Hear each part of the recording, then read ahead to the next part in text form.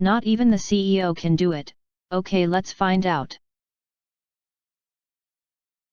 This is from a long time ago, but I thought I would share. I bought a laptop from a large Fortune 500 company.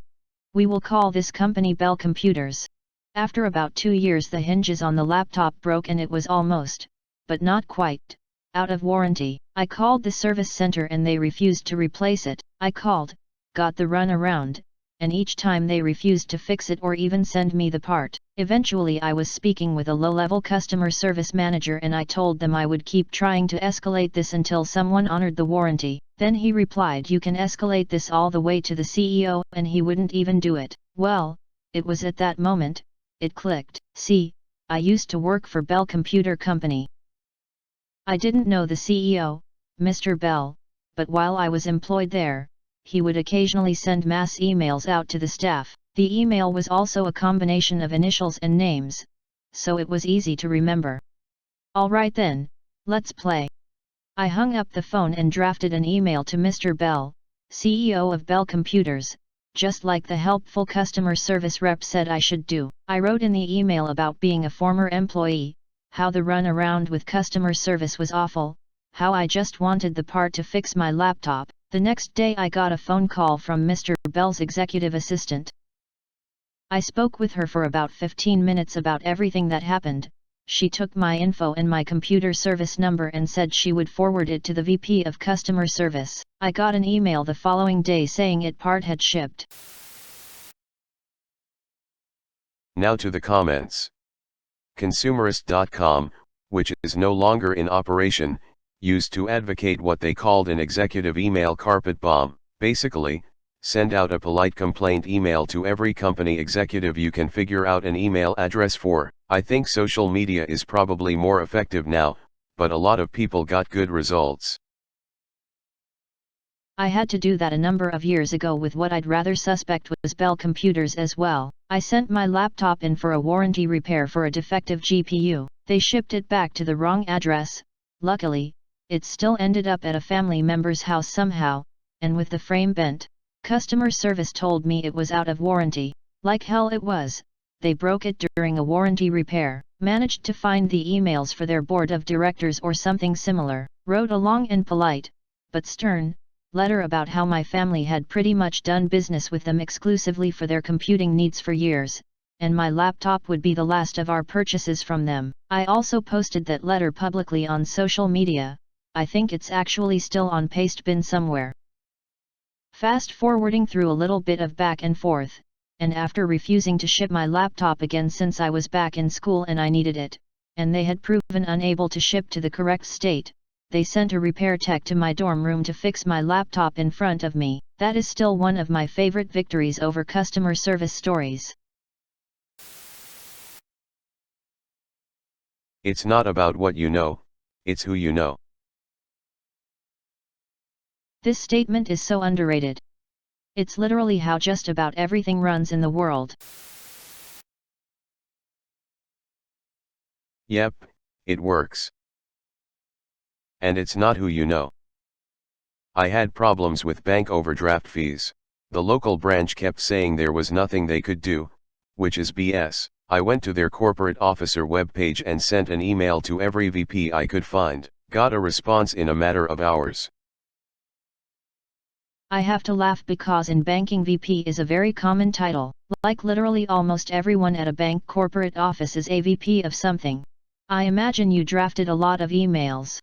Glad it worked for you though. I worked at investment bank, and it seemed that every other person was a VP. This is not uncommon. We used to call it a Marcus Bell expedite. If you reached out to Mr. Bell, his personal team will respond to his emails and tag the replacement/repair. It got done in a hurry. OP replied. I am guessing he doesn't even read emails from that address, probably just his team. If I was the CEO of a company like that, I would use an email that was not standard to avoid getting flooded with emails. That's potentially true now, but all through the 90s he was Tier 3 tech support. I was a Bell service tech out in the boonies and I got escalated to him from the tech support call center twice in 5 years. Not often but surprising, it happened twice. My wife and I did exactly the same thing when buying our house 4 years ago. The housing company claimed to have lost a certain legal document and stonewalled us for weeks, insisting we had missed our chance and that there wasn't anything that could be done. A quick email to the CEO and a very apologetic response from their PA later, the legal document was magically found. Within 48 hours it had been processed and we were able to exchange contracts shortly afterwards. It's amazing what can be done when the CEO gets involved.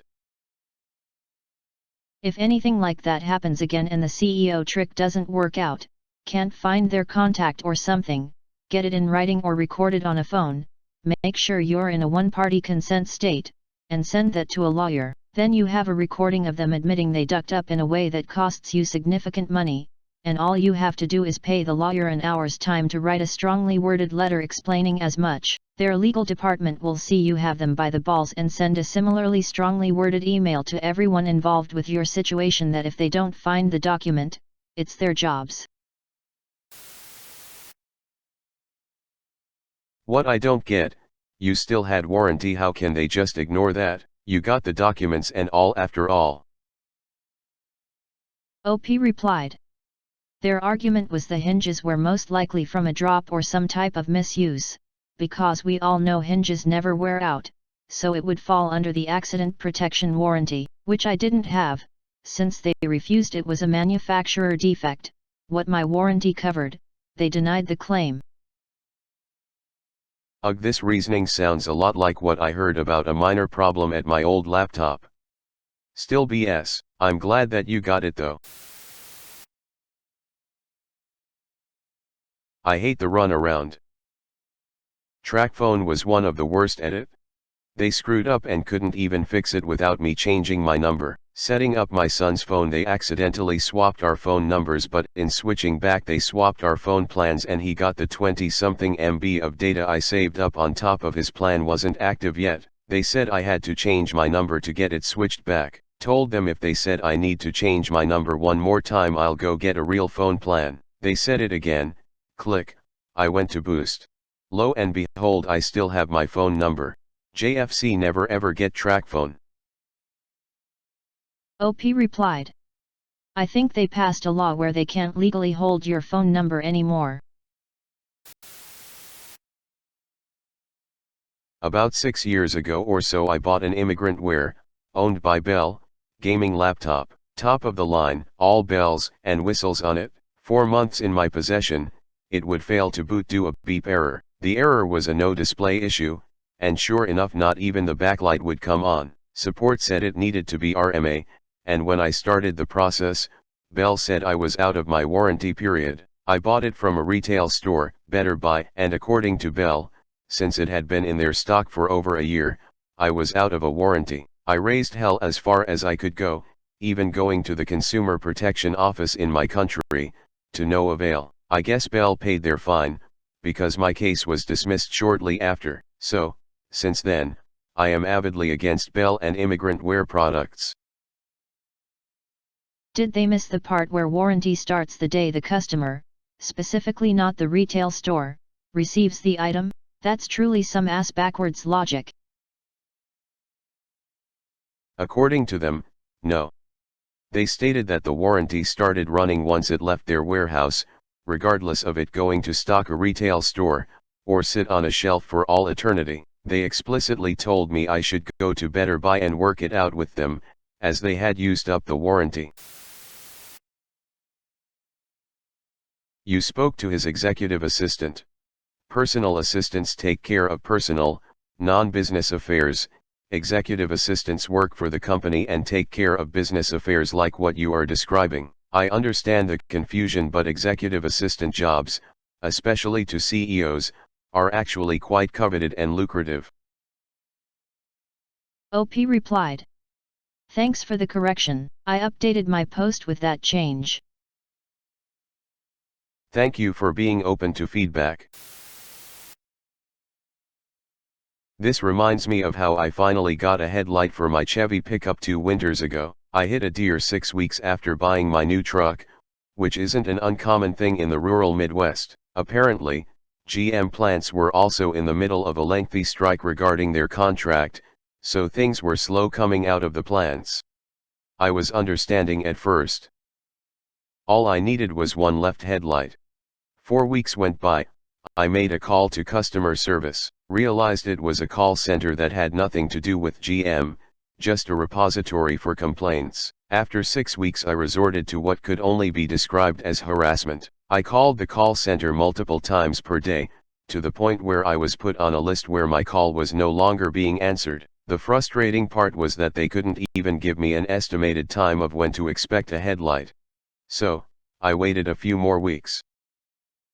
At week 11 of not having a vehicle since my insurance was no longer paying for a rental replacement and GM would not offer a loaner, I got desperate. I started searching for GM employees on LinkedIn. I searched for anyone with parts or aftermarket in their job title. The first guy I actually got through to worked in a distribution center and he gave me the scoop. Turns out, the headlights were not even impacted by the workers' strike since they were completely manufactured in China. They have had problems getting them since the new redesign with the goofy, L-shaped lights in 2017. They were just using the strike as an excuse to pass the buck. The distribution center guy wasn't able to help since he had no headlight, but he did mention the department that would handle it. Back to LinkedIn I went and I quickly found a director-level employee in the department and got a hold of him at the office. The guy ended up getting me a headlight in 3 days. GM strung me along for a total of 16 weeks and it ended up coming down to me contacting a corporate employee who probably took all of 15 minutes to find one and UPS it to my body shop. They needed up giving me a bunch of GM rewards points, which I am still not exactly sure I can use them for. I assume if I wanted some sweet GM emblazoned gear, might have to grow a goatee and get some white wrap sunglasses. I only bought the stupid truck to haul our boat.